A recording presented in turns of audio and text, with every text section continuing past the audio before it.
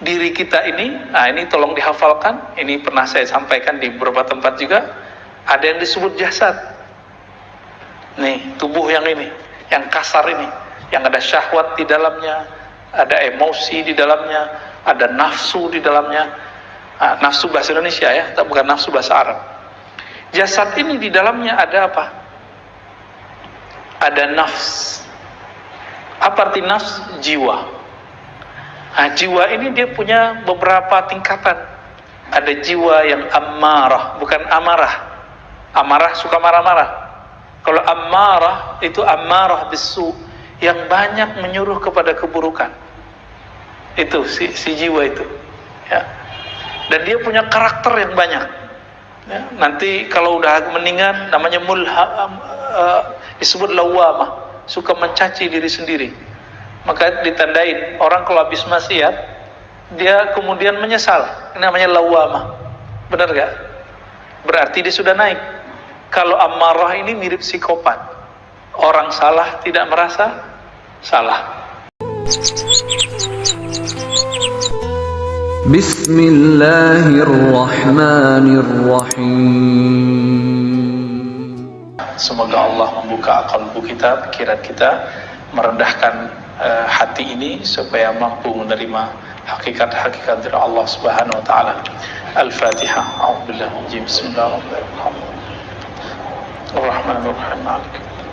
Iyyaka na'budu wa iyyaka nasta'in. Shiratal ladzina an'amta 'alaihim.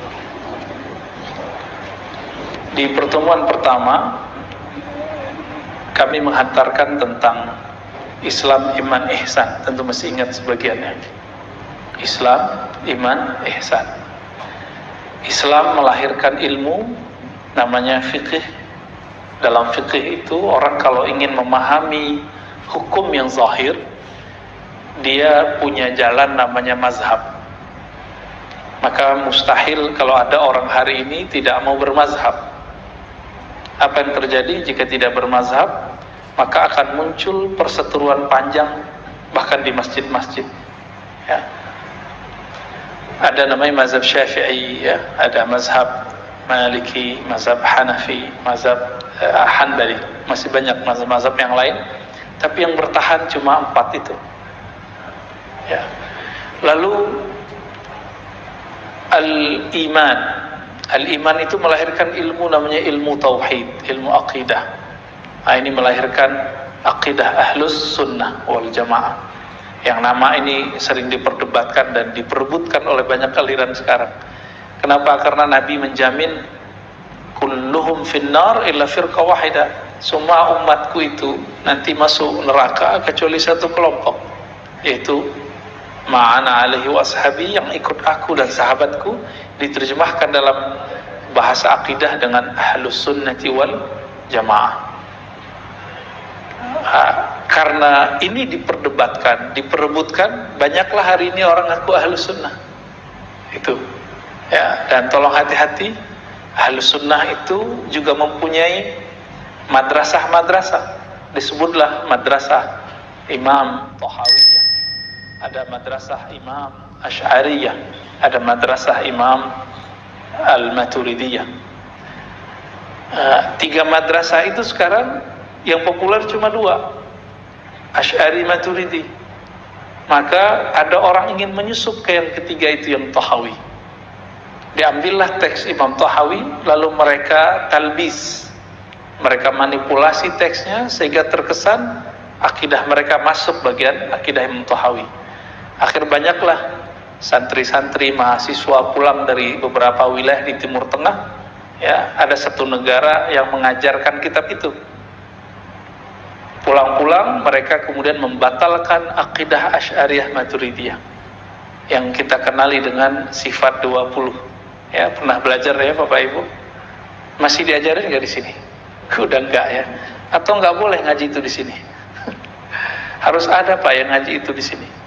Ngaji ahlus sunnah yang sahih itu. Kalau enggak nanti diganti ahlus sunnah antum. Nanti berubah istilahnya. Namanya 3 tauhid. Uluhiyah, rububiyah, asma wa sifat.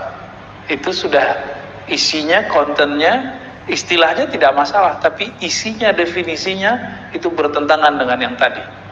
Dan mereka menyebut inilah yang Ahlus Sunnah, yang ini tidak Ahlus Sunnah. Yang kita pelajari dari kecil itu. Kita kan belajar ya, Allah wujud, qidam, baqa. Itu dibatalkan semua sama mereka. Ya. Bahkan yang muda-muda di kalangan mereka ya nggak jauh lah umurnya dari saya, ada yang tua dikit, ada yang mudaan dikit. Mengatakan apa? Pengikut Asy'ariyah sesat. Mereka sudah berani sekarang ngomong begitu. Di TV-TV-nya, di radio-radionya, di YouTube-YouTube-nya, ya, di sosmed-sosmed mereka mengatakan apa? Akidah Asy'ariyah sesat. Kalau sudah begitu, apa jadinya umat nanti? Ya. Dan sekarang anak-anak muda sudah berani ngomong begitu. Ya. Orang-orang yang ingin menjadi orang soleh, lalu mereka mencari kajian, bingung di persimpangan jalan, mereka kemudian membukalah channel-channel YouTube, yang ketemu yang begitu-gitu Pak. Akhirnya baru beberapa bulan, beberapa tahun ngaji lewat YouTube, lewat TV, channel-channel tersebut, sekarang mereka berani mengatakan bahwa Asy'ariyah sesat. Nggak sadar, efek ngomong begini itu nggak sadar, bahwa yang mengislamkan negeri ini terbanyak itu ulama-ulama yang akidah Ahlus Sunnah dengan madrasahnya Asy'ariyah dan Maturidiyah. Wali Songo semuanya Asy'ariyah. Ya, gimana tuh Pak? Kiai-kiai Indonesia rata Asy'ariyah. Yang membangun NU Muhammadiyah Asy'ariyah. Kalau kita bilang Asy'ariyah sesat, berarti pendiri NU Muhammadiyah sesat nggak? Rela nggak? Antum ini, Bapak Ibu ini, ketika imam-imam kita ini disebut sesat oleh mereka, mau diem? Mau diem nggak? Atau kita harus bertindak? Kita harus bertindak dengan cara yang positif. Mereka buat kajian, nih kita buat kajian. Nggak usah digerebek Pak, nggak usah ya. Mereka buat taklim, kita buat taklim. Ya. Mereka punya channel YouTube, ya antum harus punya juga. Mereka yang belum kita punya TV, ya. Ada satu TV, tapi dulu pernah ada orang Syiah masuk di dalamnya. Akhirnya dituduhlah semuanya Syiah, udah dibersihin Pak, sekarang udah nggak ada Syiahnya. Tapi masih kena cap. Itu mungkin ngerti maksud saya ya. Itu tentang akidah Ahlus Sunnah. Akidah Ahlus Sunnah ini tidak sempurna jika tidak ada namanya ihsan. Maka Islam, iman, ihsan. Kenapa? Akidah Ahlus Sunnah itu hanya menteorikan sifat Allah, menghafalkan sifat Allah, Allah wujud, qidam, baqa. Sedangkan ihsan itu merasakan yang punya sifat, menghadirkan yang punya sifat Allah Ta'ala yang maha mulia, maha sempurna ke dalam diri kita. Allah kan maha dekat, tapi kenapa tidak terasa dalam diri? Ini yang disebut dengan ihsan. Maka Nabi mendefinisikan ihsan apa?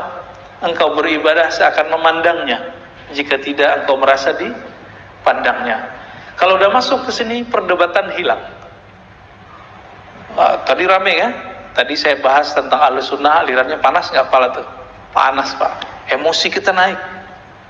Emang begitu tabiatnya ilmu akidah itu. Bikin kita agak emosian dikit Pak. Tapi membuat kita lebih waras. Tidak sembarangan mengkafirkan orang, atau membid'ahkan orang, atau menganggap orang syirik.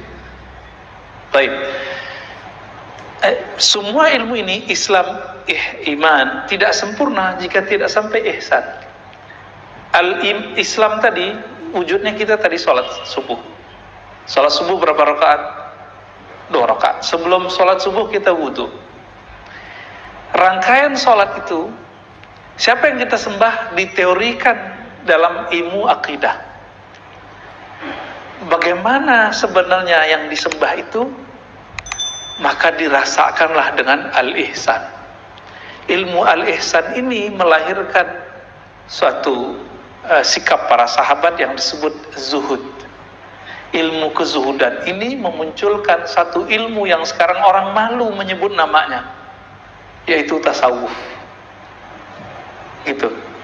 Sekarang diganti nama Pak, Tazkiyatun Nufus.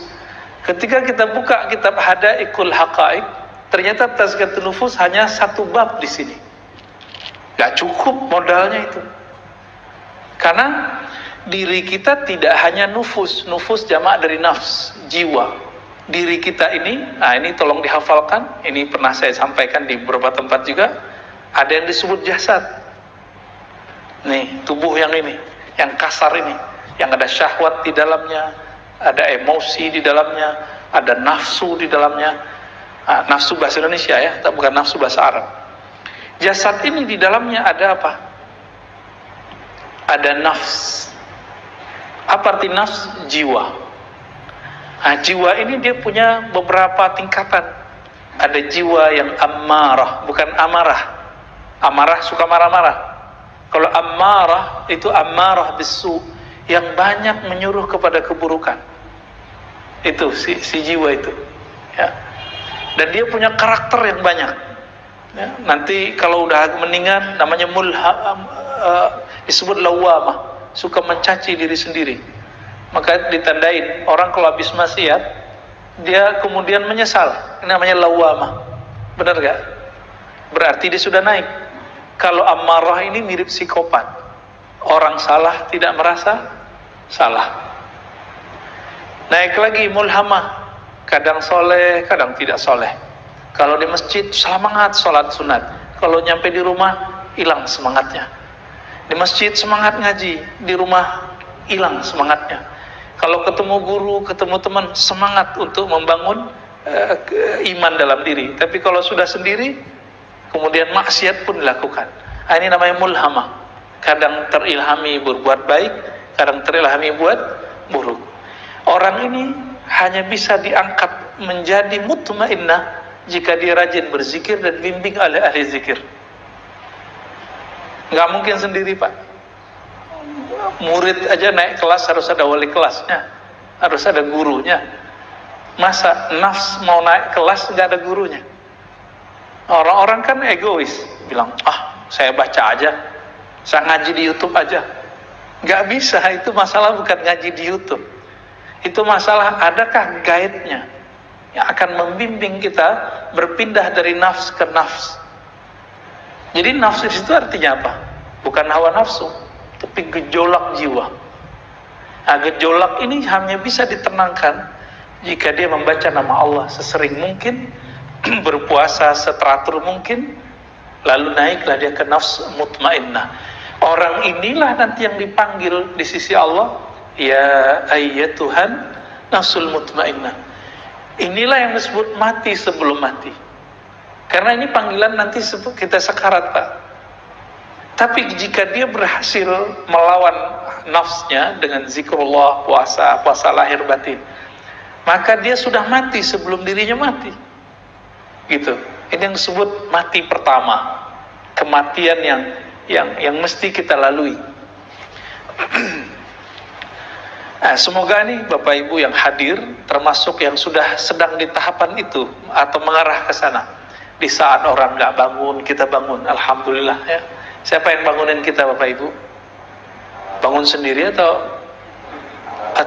alarm ya? Tapi pernahkah alarm bunyi nggak bangun-bangun? Sering ya. Buktinya bahwa alarm bukanlah yang membangunkan. Yang membangunkan tetap Allah. Karena secara ilmu rohani di surat Az-Zumar dikatakan Allah lah yang mewafatkan jiwa-jiwa. Yatawaffal anfus ya. Ada yang digenggam nggak dibalik-balikin, mati namanya, mati yang sebenarnya. Ada yang dilepasin, itu namanya bangun. Berarti kita tiap malam mati, Pak ya. Mau mati enak nggak? Sebelum tidur pakai adab.